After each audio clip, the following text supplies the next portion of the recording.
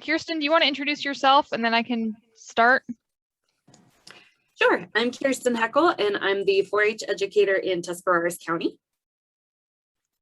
And then I'm Aubrey Fowler, and I'm from Fairfield County, and Cloverbuds is actually one of my specializations within 4-H. And so we are super excited to have you guys here with us. We know that some of you are not from Fairfield or Tuscarawas, so if you have questions or want to share things that you do in your home county, please feel free to drop those in the chat box. We'll try to get through most of your questions, either that you submitted earlier or that you put in the chat box tonight. And then we'll kind of talk about Cloverbuds overall and give some examples of what we do in our counties as well. So things that we're going to try to go over tonight. So just an overview of what Ohio Cloverbud programming is, what some of the meeting expectations are, resources that are available to you as volunteers, and then different ways that you can get your Cloverbuds engaged either within your club, maybe at the county level, or there are some state opportunities if your club wants to participate in those. And then if you have any ideas that you want to share or things that you really enjoy about your county program or your club program, we're happy to hear those as well. So the big overview of what Ohio Cloverbud 4-H is. So if you aren't familiar with Cloverbuds, they start at age 5 and in kindergarten, and they participate all the way up until they turn age 8, and then they're in the 3rd grade. And so they're kind of that stepping stone into the traditional or project 4-H membership that we're used to.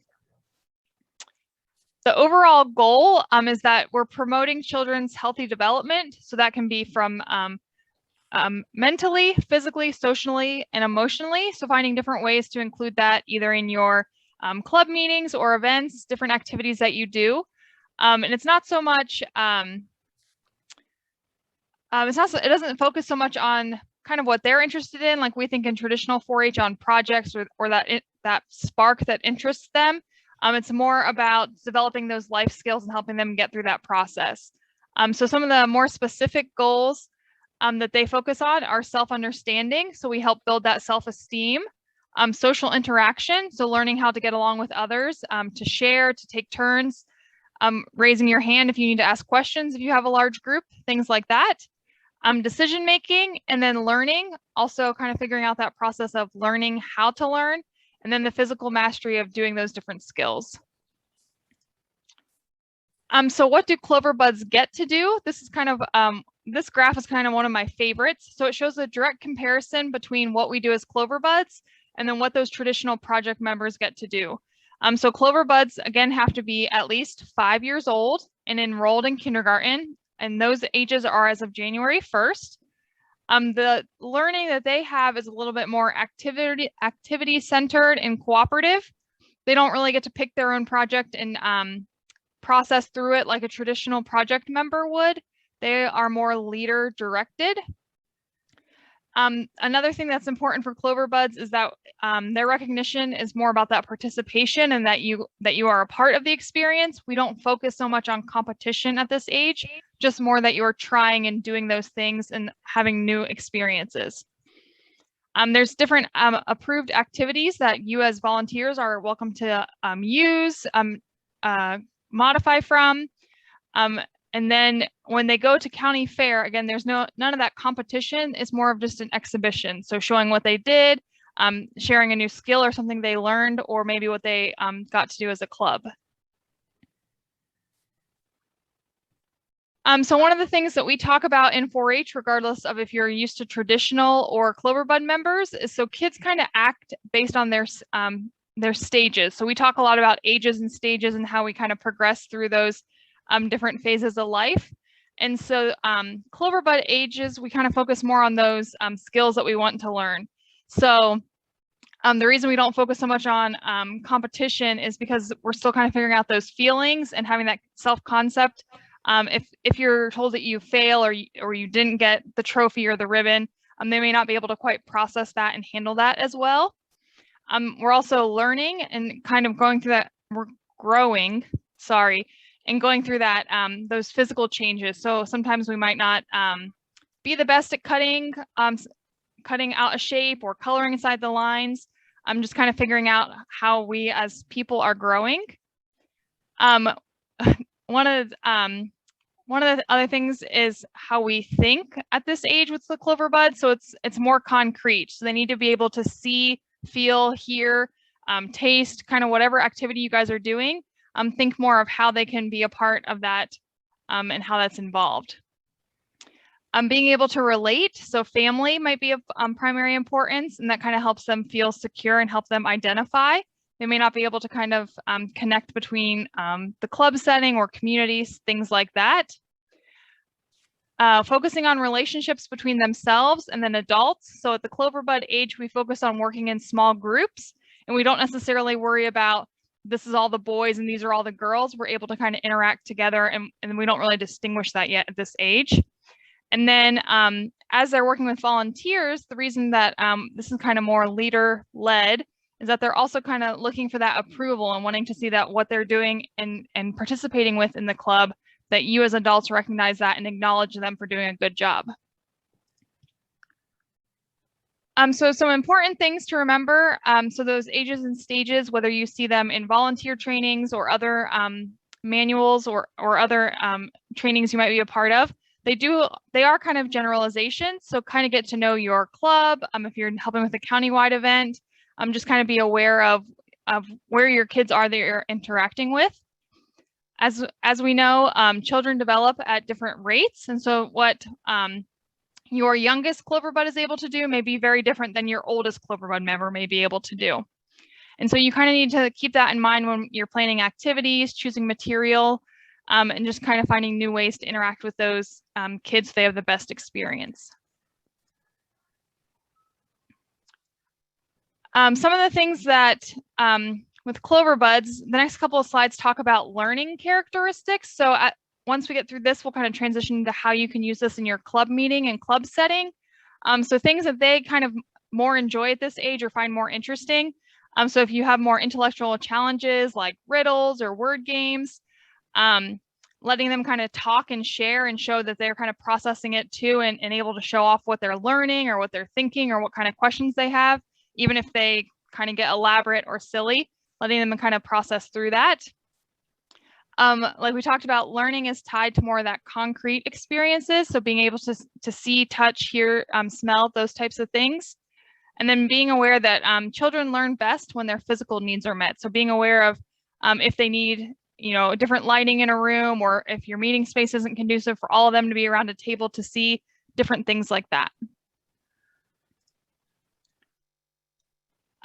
We had questions kind of overall of what Cloverbud clubs look like. So generally from a state level, and then kind of as a basis for your county, these are kind of the minimum requirements. Some counties may require additional steps or different things for your club. But overall, the membership eligibility, again, those kiddos when they turn age 5 and in kindergarten, they enroll and then participate in programs that are led by Cloverbud Volunteers, which are all of you. And then you have to have a minimum of at least 3 members for your Cloverbud club to exist.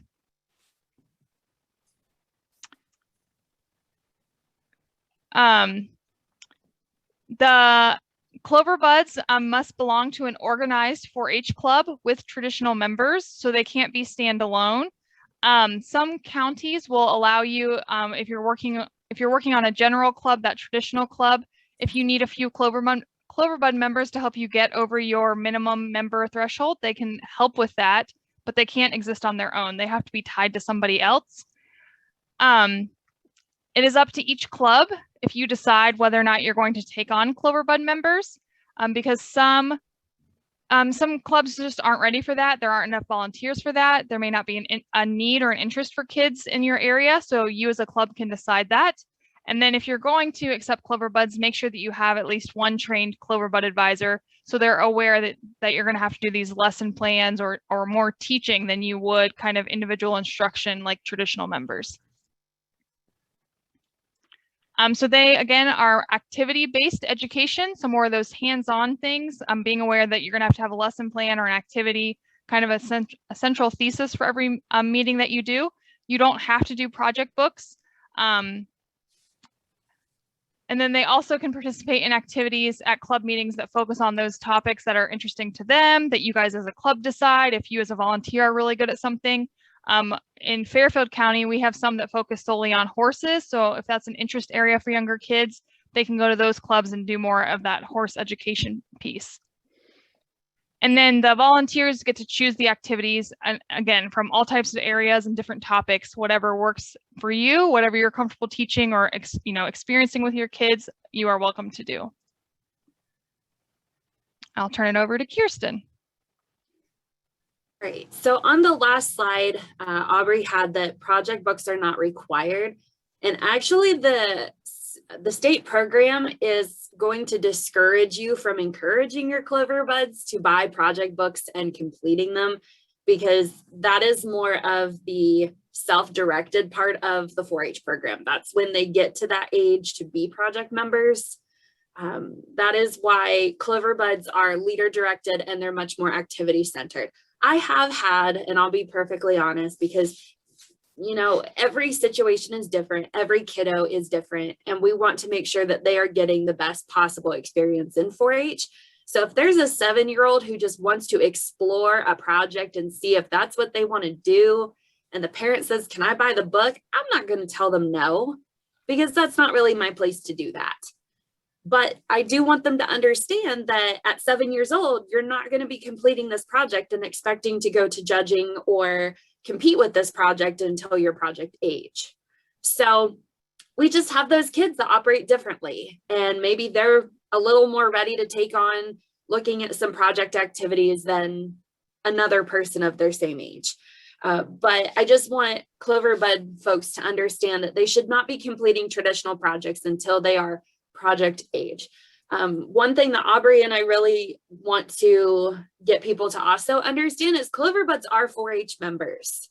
Their years as Cloverbuds most certainly count toward their years. So you can have a kiddo by the time they age out of 4-H, they were a 4-H member for 14 years. I never had that opportunity, unfortunately. My parents did not put me in Cloverbuds, and I reminded them of that every single day. But we do have those lucky kids that can age out of the program after 14 years. And that is always something that I am having to argue nicely. I nicely argue with people that Cloverbuds certainly count. They're just not taking individual projects, but they are still certainly learning. And Aubrey put it nicely that it's a stepping stone into the traditional 4-H program. The whole reason that we have Cloverbuds is we want them to gain those valuable social skills. We want them to have good self-esteem and be able to start making those decisions on their own and help them achieve success at their level, whatever that level looks like. Whereas the project members are self-directed, we want the Cloverbuds to be activity-centered, leader-directed. So as Aubrey mentioned with the space, it's very important, I think, to be very mindful when picking a club meeting space that's going to work for both the project members, but also for the Cloverbuds. I think a little too often the Cloverbuds get overlooked a little bit, and then they're like, oh yeah, we need to put the Cloverbuds somewhere. So they're shoved into some little room off to the side, and maybe that meeting space is just not ideal for what they want to be doing. There needs to be good lighting. There needs to be enough space for the kids to move around and complete whatever activities. Maybe it's the advisor needs to come in a little bit earlier and reorganize the room, move around the tables and chairs so that it works for whatever activities they have planned. So just being mindful of those.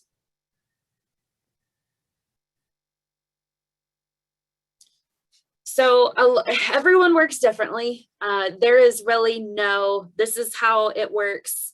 You have to do it, this, and this, and you're good to go. Every club operates differently, but a lot of clubs do allow their Cloverbuds to start the beginning of the meeting with the older kids. That is perfectly acceptable.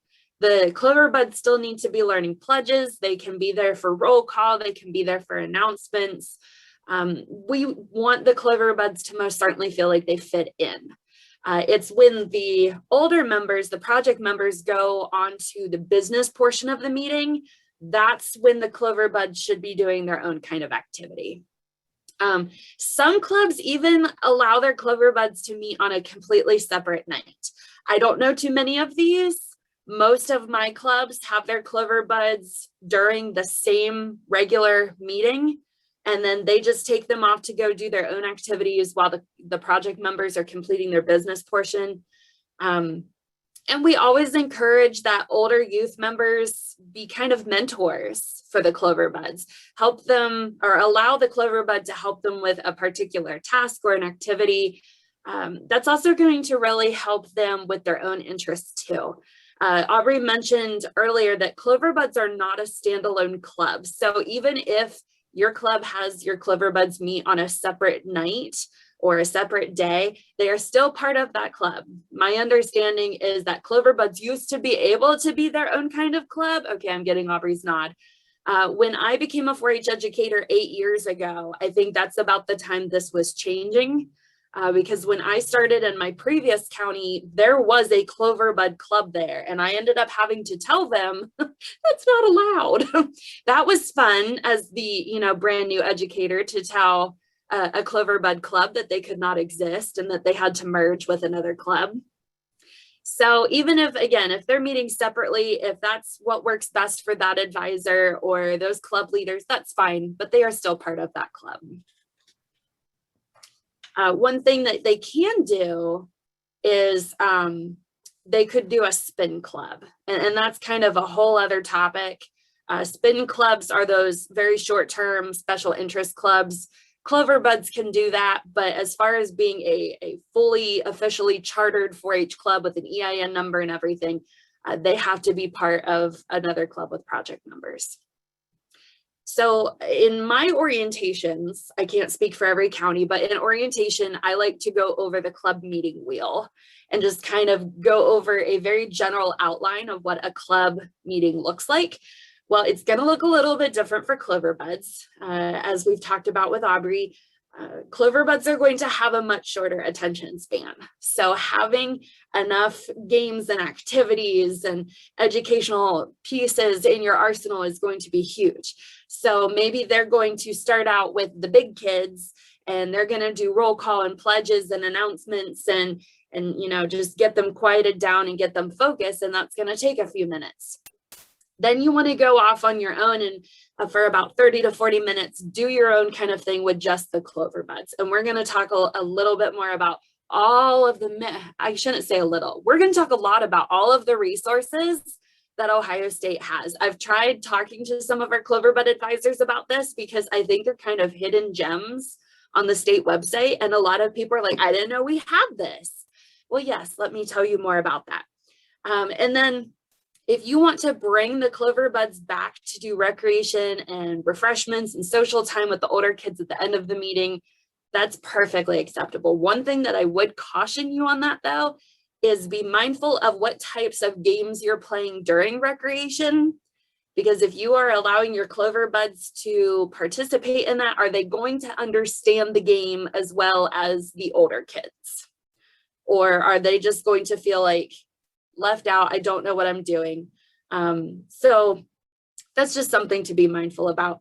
Another thing that I really want to strongly encourage Cloverbud advisors to think about is planning ahead of time for what you want the kids to do. And having enough activities, like I said, in your bag that when you start to lose the attention span of the kids, you have something else you can quickly move on to. There's just no set rule on, okay, you're going to have 5 minutes for this before little Johnny decides he's going to get up and run across the room. And then you need to switch. I mean, you kind of just got to be prepared. And some people like to have lesson plans. And we have a lesson plan document for those of you that are a little OCD like me and you like to plan and organize. We gotcha. We gotcha. So we're going to go over that too. Crafts. That's all I ever hear about, it seems like, for Cloverbuds. Yes, the kids like playing with glue and scissors and all the crafty things, but there needs to be some kind of educational component too. I'm not saying don't do crafts, because yes, you can certainly do crafts, but I'm thinking back to, and Aubrey, you might have to jump in on this one. The Darke County 4-H educator, Rhonda, is also a huge part of the Cloverbud program on our end, and does a lot with that. And she's talked about doing some kind of flower activity where the kids were making their flowers out of construction paper and everything, but they were also learning the parts of the flower and the different types of flowers. So it wasn't just the craft part, there was the educational component too.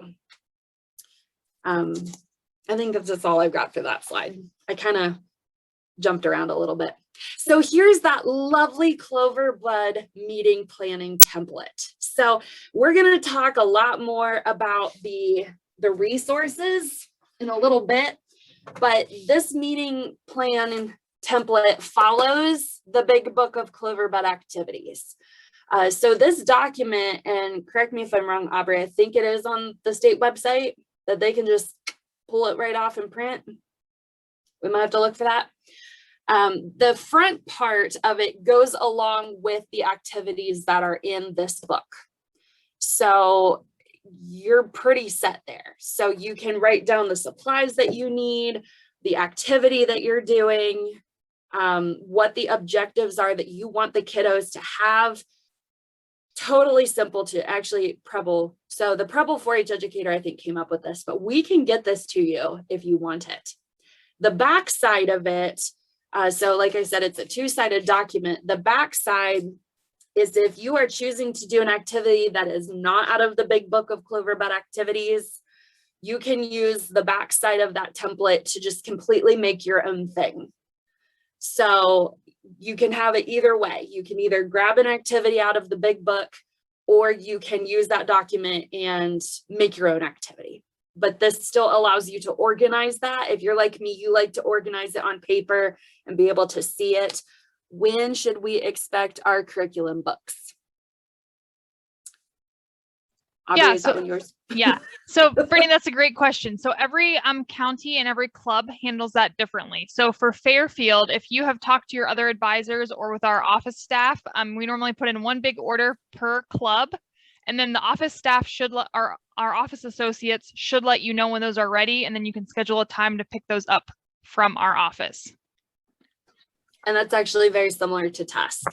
So a lot of the resources that we're going to show you tonight are either found pretty easily on the web and you can just print them, or if it's something like you really want this marvelous big book of Cloverbud activities, and sorry, the sun is shining on my camera, and so all of a sudden I'm a blur, but this is a huge book. That's why it's very correctly titled. You can order one of those through our office. If you choose to order books off of the state website, which some counties are still allowing their clubs to do, that was one of the options Tusk advisors had. They could either order through our office or they could order directly from the state website. If you order from the state website directly, it's going to be a little more expensive. You actually get a little bit of a price break when you order through your county extension office. So I left that in Tuscarawas up to the clubs.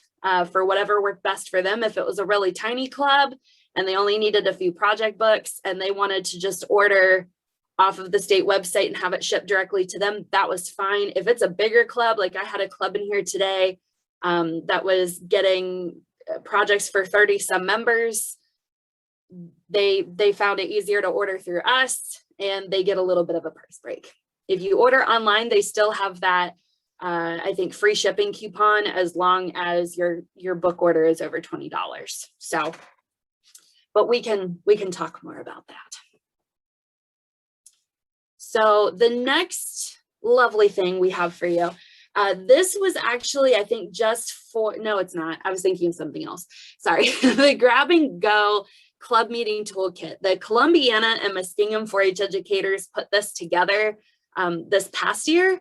And it was really nice, especially for newer clubs. And there is a Cloverbud component to the Grab and Go meeting toolkit. So you can see that it's in there where that green arrow is.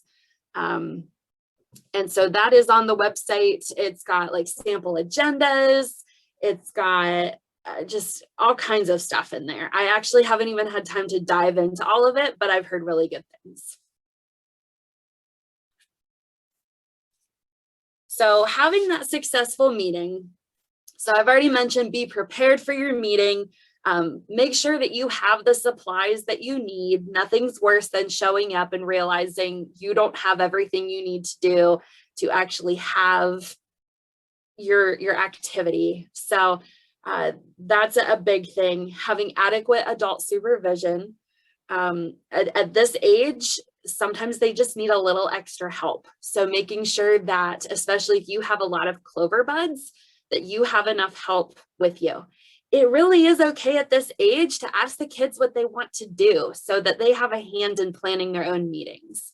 That way they can tell you what their interests are and you can kind of center your activities and games and crafts around that.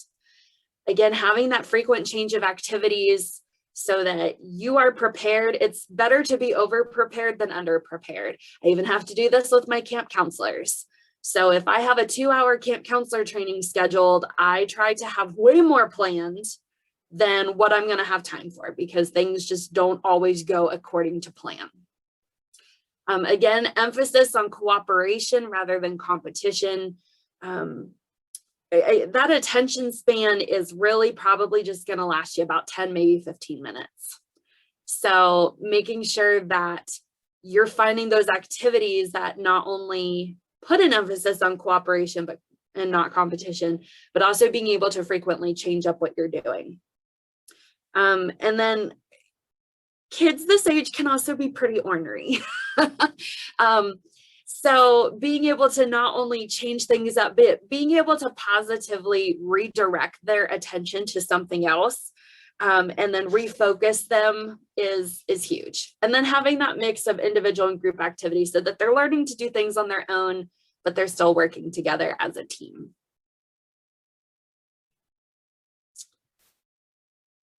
Okay, so just some friendly, gentle reminders. Again, we want all of the Cloverbud activities to be activity-based with short-term experiences. Again, because we are part of Extension, we want this to be cooperative, learning-centered, non-competitive. Point 4 is something I really want to stress. Many junior fairs, and actually I should say open fairs, senior fairs, whatever you want to call them, they have kiddie or peewee type showmanships. And Tuscarawas is one of those also. We have what we call kiddie showmanship.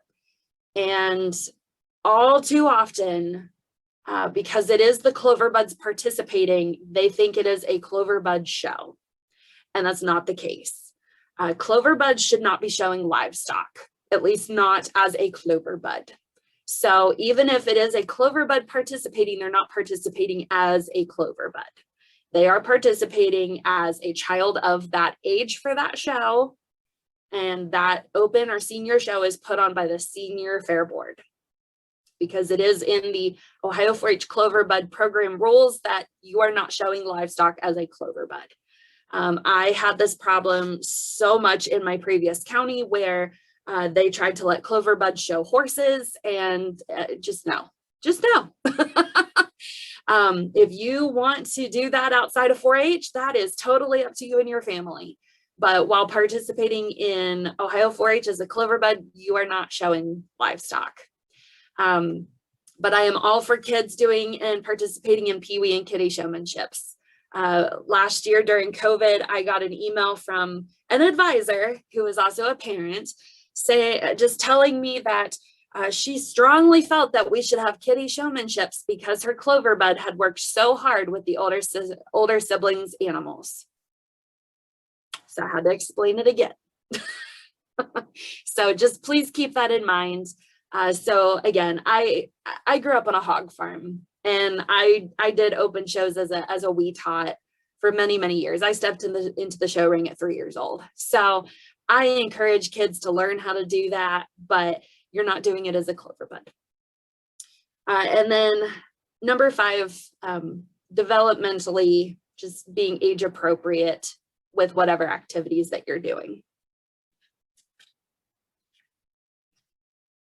So let's get to the good stuff. Oh, one more. Okay.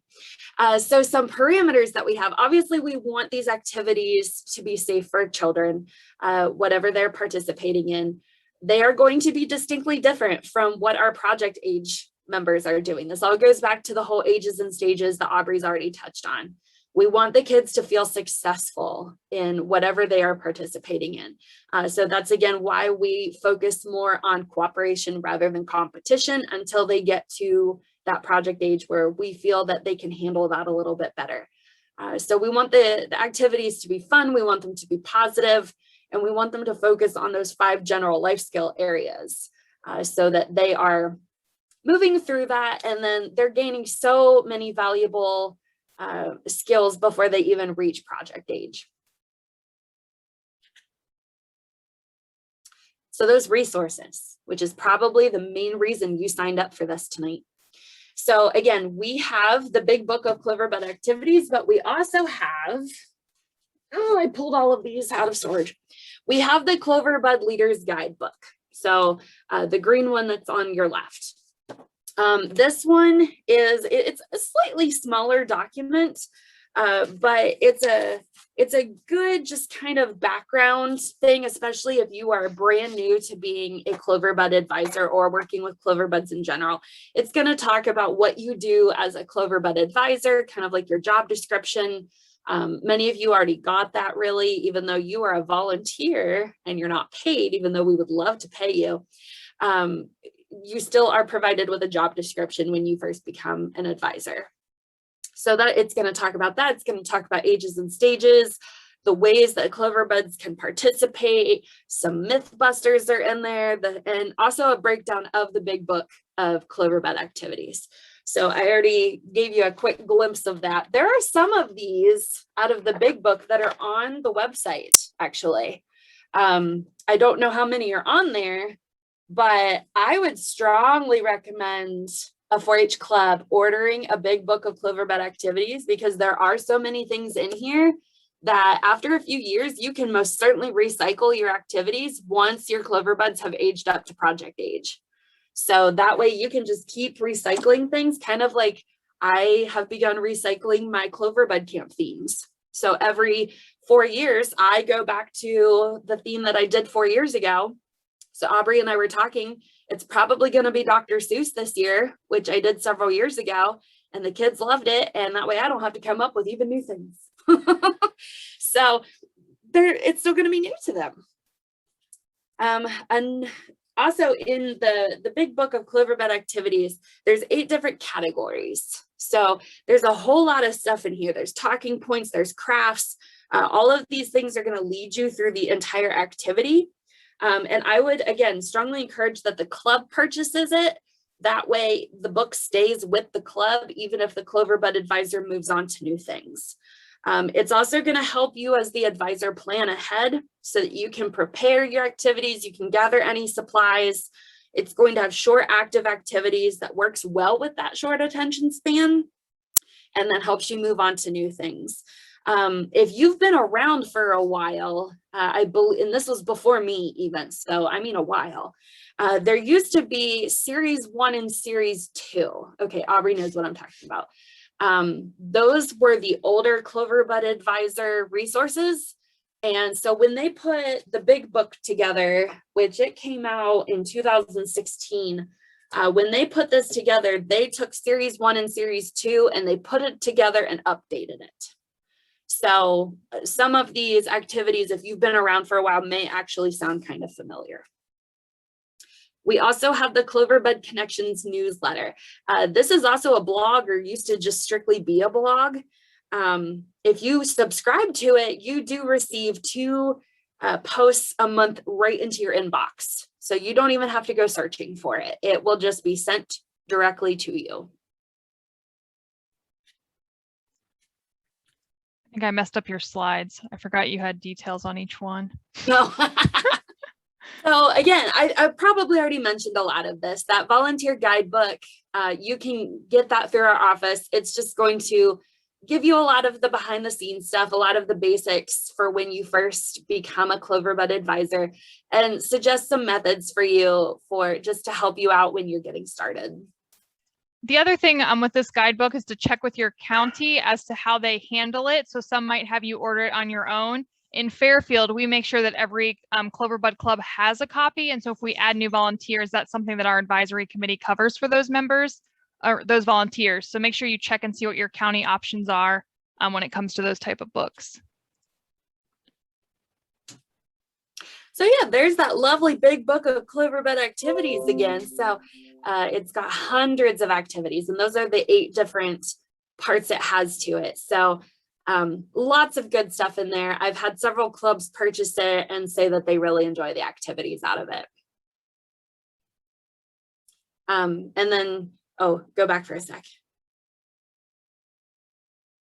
Yeah, so down there at the stay-at-home projects on the Ohio 4-H website, and we can, there it is. Oh, you already put it in the chat. Look at you. You're so good. So Aubrey put in the chat where a lot of these state resources can be found, and also the selected amount of activities out of the big book that are free for you to download and print on the state website under the stay-at-home project section. So here's that Cloverbud Connections newsletter again. So the direct link to it to be able to subscribe and get it in your inbox is there at the top. This is another really good one. We have a very small but mighty Cloverbud group of advisors that Aubrey is a part of. They do a lot to make sure that this gets updated frequently.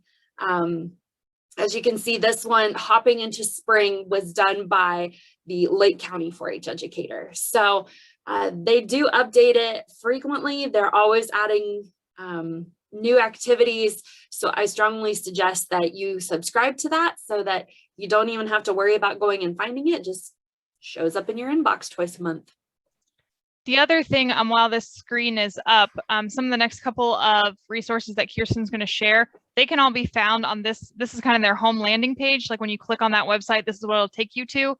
And all of these things down the left side are links that will take you to other activities that you can, click, print, and do it. You can download them. You can use them as you need or learn more about other resources that are out there.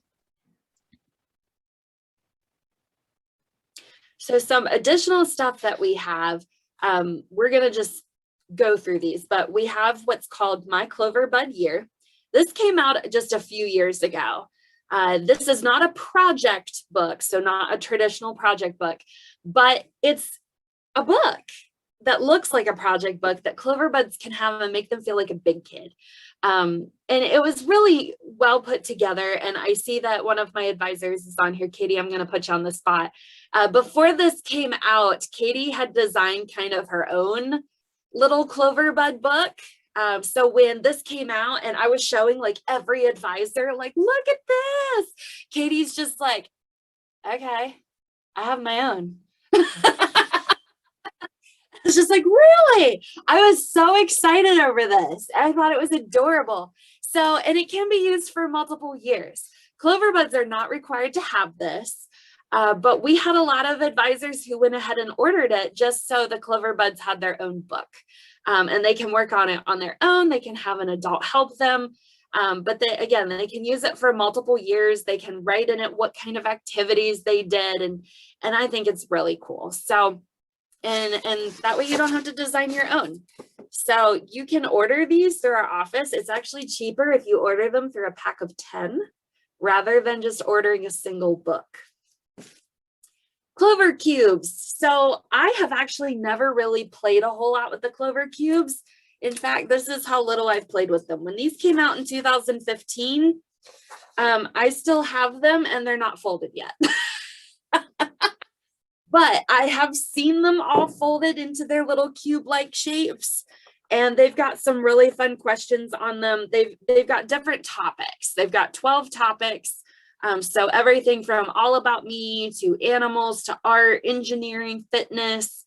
It's just a really great way to get your kids to start talking. So this came out, like I said, I think 2016 was actually the first year we were able to really start using these. So those are another resource that you can order either off the state website or through our office. but it's a really great way to get kids to start talking, especially if they are shy and not really sure what to talk about. You get them talking about an interest of theirs, and sometimes you can't get them to be quiet. So I think this is a really, really fun resource. You can even use it with older members. Choose and tell cards. I didn't have a set with me, but this is another really nice activity to use. You can go from something as easy as washing hands to as hard as making nachos. I think it's great to start with choose and tell cards with Cloverbuds, because this is going to help them improve their public speaking skills before they even reach project stage. A lot of our clubs require that their project members do demonstrations. So why not start working on public speaking skills while the kids are still Cloverbuds? So again, you can go from easy to difficult topics. So we have someone in the chat box. Yes, so Cindy agrees. She likes the choose and tell cards. And they're color coded so that you can tell what's easy, what's a little bit more difficult. But there's 49 different ones, so definitely a variety. Reading adventures, this is pretty new. In fact, I just learned about this a few weeks ago. So I haven't had a whole lot of chance to dive into it, but this is also on the Cloverbud Connections blog website that Aubrey showed you. So this is going to have those age-appropriate literacy paired with activities, games, and snacks that are also age-appropriate. So this is definitely something that I've been meaning to look at. Aubrey, do you have more on this one? So this is newer. There's a bunch of, there's a few different stories that they have chosen that you can either rent from the library or maybe find online. And like Kirsten said, these are newer, but what's really neat is if you are still meeting virtually or if you have hybrid meetings, a lot of these activities that kind of go with these books, you can almost teach remotely. They don't require a lot of materials. So you could tell them either in your email or however you communicate with your families about having stuff ready in there. If they aren't able to have those items, then you can show them what you're doing. So the example that we, for the Ada Twist scientist, one of them was about you drop raisins into carbonated water. And so you can have your kids, if you're doing Zoom, guess what's going to happen. And you can drop your raisins in the water and then hold it up to the camera so they can see what's happening. And then you talk about those kind of, for that story, it kind of talks about the science and the, the methods behind why it's happening. But there's other stories you can either read or share parts of it with them or encourage your families to read beforehand, and then kind of be able to do those either remotely or in person, whichever works for your club. They are also, the design team that works on Cloverbuds is also interested in adding more books. So if you have a favorite children's book, let your educator know, and we are happy to send that up to the state team so they can kind of find ways to make easy activities that go along with those. Click It, Print It, Do It activity pages have been around for a few years. They are housed in 2 locations. So you can find them on the state 4-H website, or you can find them on the Cloverbud Connections blog, which is what Aubrey showed you a couple slides ago.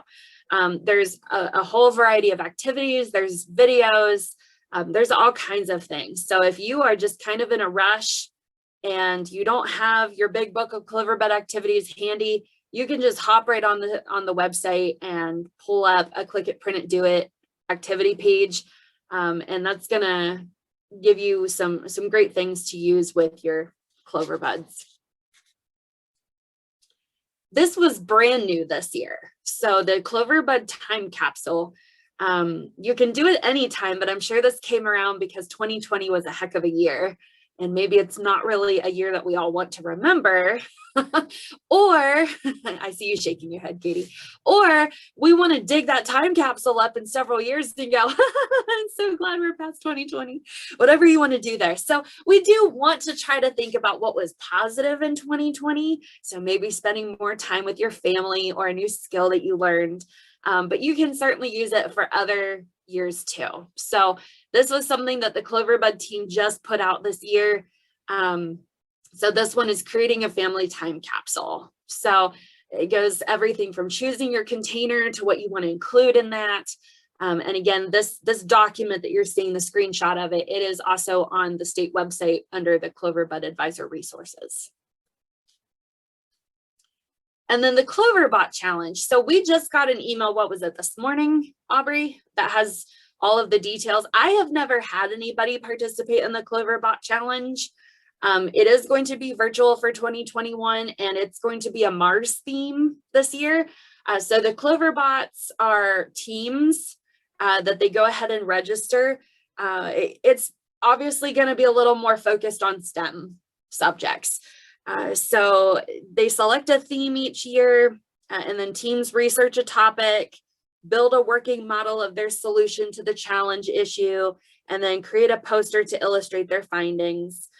So again, this year they're doing blast off to Mars. So Cloverbuds are going to design a place to live on the red planet and create a model featuring their method of transportation.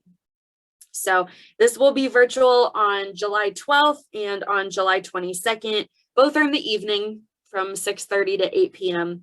And then teams have to register by June 30th. And they can help, and they can order a kit to help get them started. The 4-H Foundation is sponsoring this. So I believe they order these kits and they get them at a discounted rate, thanks to the sponsorship from the Ohio 4-H Foundation. Have you ever had anybody participate in that, Aubrey? We normally have 1 or 2 teams a year. Okay. And typically when we're allowed to be in person, they end up going to one of the buildings on the state fairground. Yes. And they compete with their team challenge. So the way they're going to do it in Zoom is that they're going to do breakout rooms. And so each team will still get to participate and do those similar things. It'll just be virtually and keeping all those teams kind of separate. So before we transition into county opportunities, if you guys have any questions and you want to go over them now, we're happy to do so. Otherwise, I'm going to share from the State 4-H website. If you guys don't have this bookmarked, it might be a good resource for you. So you can either use the direct link that we shared, or when you go to the state website under volunteers, there's a whole section for Cloverbud leaders. And then this will be all those spots that we, this will be most of those resources that we talked about or said that could link you to. So this has more about volunteer training, curriculum options. Here's the link for Cloverbud Connections. You can go see those blogs if you aren't subscribed to it. Anytime that they post a new update, I think they have it set that you'll get an email reminder of what the new lesson is that they've shared.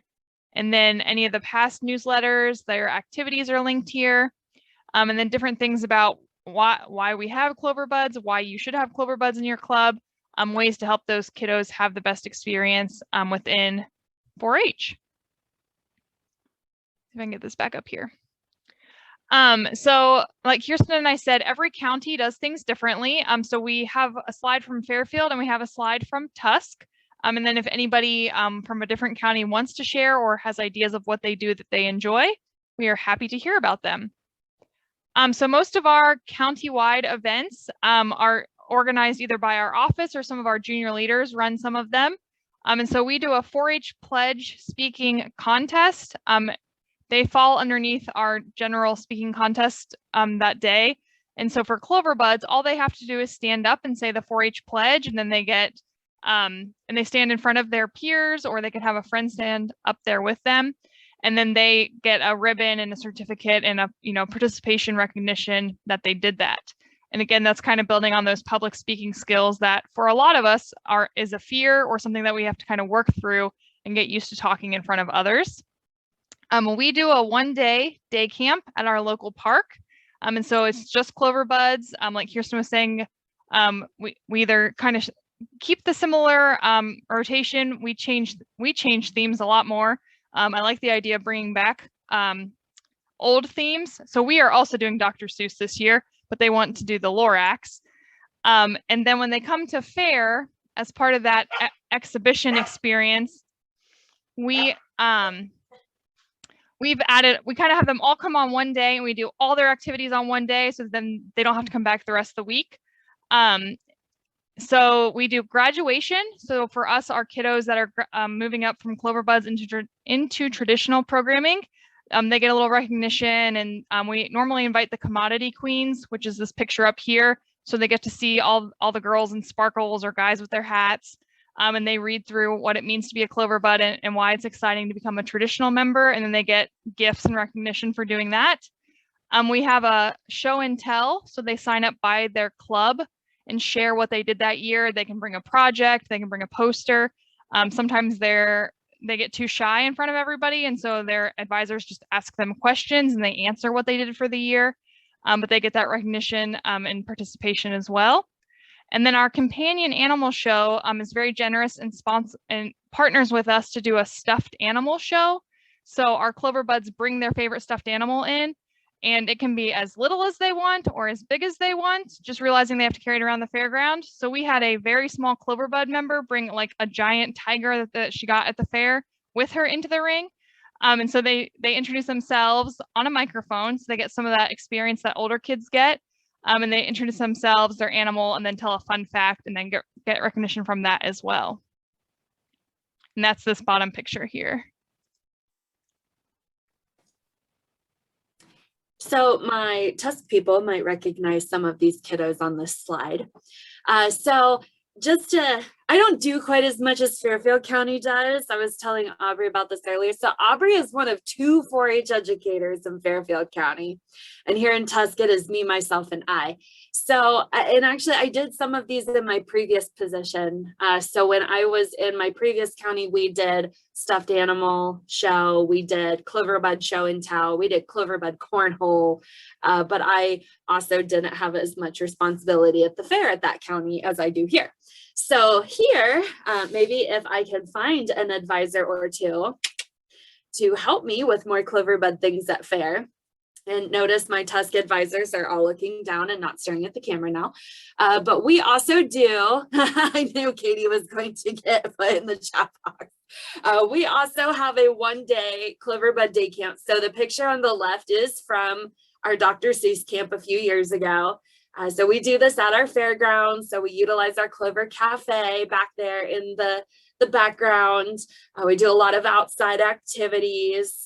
So that one was, I believe, Myrtle the Turtle was the activity that we were doing there. And then on the right side is also from our Cloverbud camp with one of the craft activities. And then we also have Cloverbud Roundup during the fair. So a lot of the same activities. So if Cloverbuds did not attend Cloverbud Day Camp, they can still participate with a lot of the same games and activities during the fair. Like Fairfield County, the Tuscarawas County Fair is during school. So we don't do a ton of things at fair because Cloverbuds should probably be at school. So we do the Cloverbud Roundup on the weekend of the fair. And one of my Cloverbud advisors oversees that for me. So maybe one of these days, I see Katie and Ashley are fighting in the chat box about who's going to help. Maybe one of these days we can add some more of that, like show and tell and the stuffed animal fun show.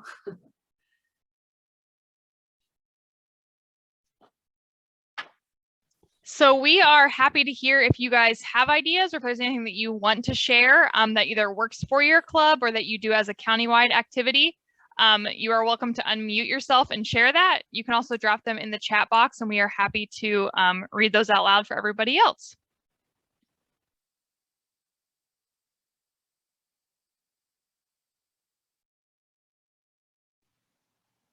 I guess I can go. Can you hear me, Aubrey? Yeah, I can. Thanks.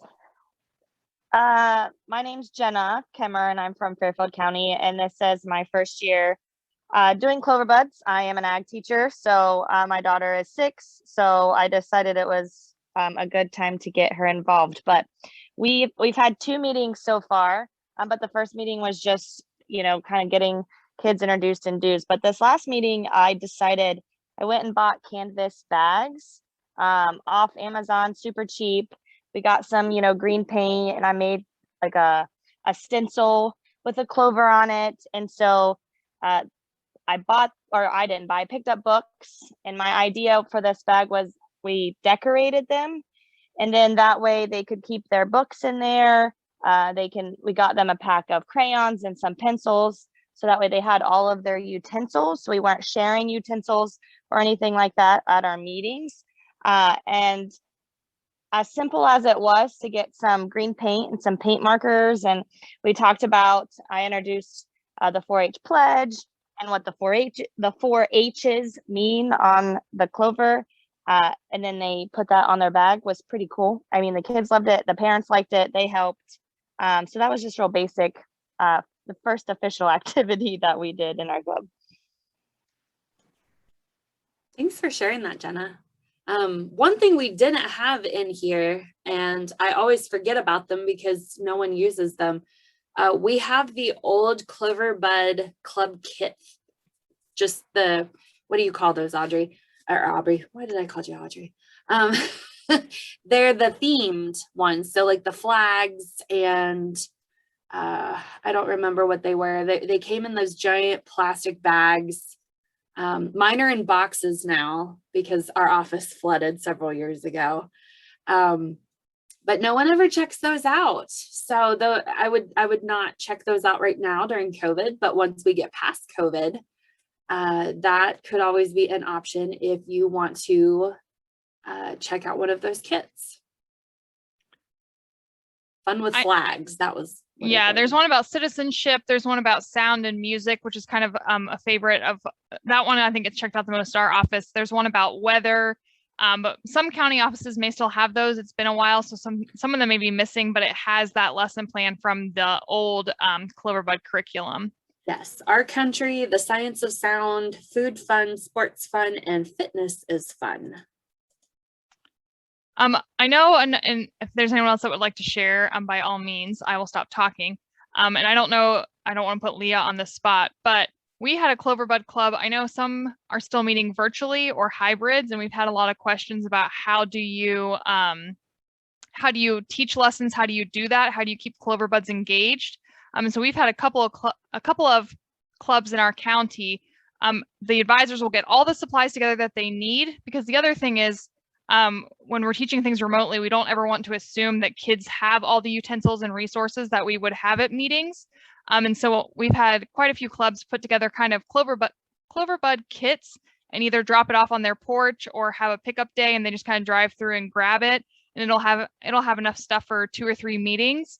And then they'll meet with them on Zoom and go through the different activities and go through the different steps of whatever's in their kit bag for those meetings, and kind of have virtual meetings that way and still do those activities and that learning together. I can share what we've been doing with our Cloverbuds if you want me to. So this is our 10th year as a club. For probably the last 7 years, our Cloverbuds used to split off, and we stopped doing that because we felt like they were missing out on getting engaged with the older kids. We felt like the two entities didn't know each other at all. And so what we did a little bit differently was we started a Cloverbud corner. At each meeting, 1 or 2 of the Cloverbuds, depending on how many kids we had, it was basically like a glorified show and tell. We either gave them a topic of something to bring and talk about, or they chose the topic themselves, because public speaking is huge, especially for our club. So we wanted to get them started talking and being comfortable being in front of their 4-H club and stuff like that. We also started doing our own little projects, like Kirsten had mentioned. I actually have 3 of them that we've been rotating, and it's full of activities and stuff like that that are geared more towards the little kids.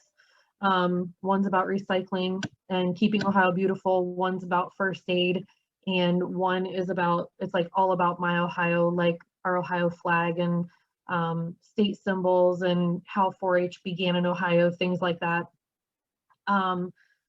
So we do those things, and then with their project, we do a mini interview judging that is just basically done either by the advisors or a volunteer.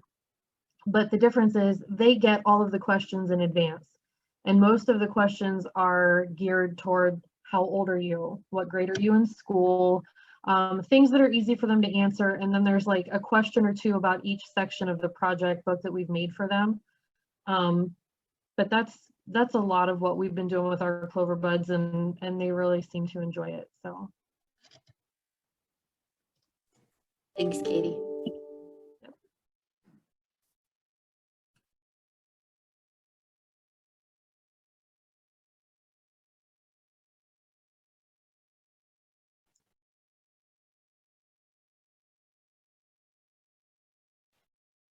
So I will change the slides so that you guys have our contact information.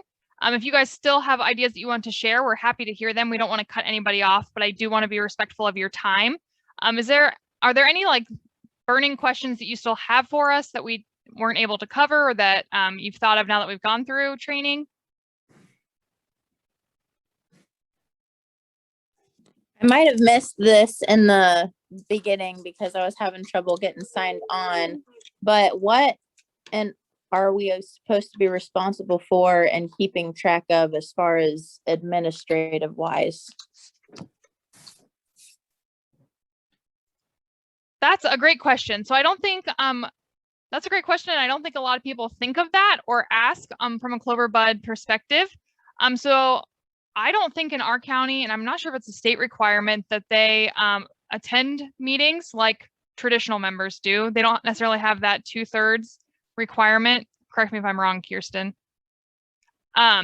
So our biggest thing in my previous life before I became an educator, I served as a Cloverbud volunteer for 8 years. So in our club, I would always keep attendance, and just so that we did it as a big poster chart so that kids could put their own stickers on. We got tired of the chart and we made name tags, and they would decorate their name tags just so they could see how many meetings they had been to and how many different stickers they could get. In this time of COVID, you do need to keep track of who's at your meetings and hang on to those records just in case we ever need to come back to you and ask questions. And then every county kind of handles that differently. So in Fairfield, we do club enrollment packets that we turn in at our enrollment deadline. And you can turn in a roster of your members. Your traditional organizational advisor will also have that list. But you guys don't have to do a money sheet. You don't have to do a charter checklist. Really just kind of whatever you want to keep lesson plan wise, but just keeping that list of attendance in case we need it for anything for COVID are really the only administrative things. Okay, thanks. Uh-huh.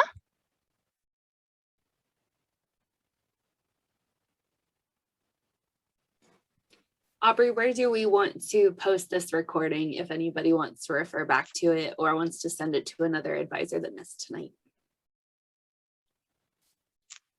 That's a great question. I don't know. We didn't really talk about this beforehand. Yeah, so I just saw that I have an email from an advisor who couldn't find her email, and she emailed me at 6:30, and because she's like, I can't get on. I'm like, we started a half hour before you even emailed me. So she's probably going to want to review this because she's a brand new Cloverbud advisor.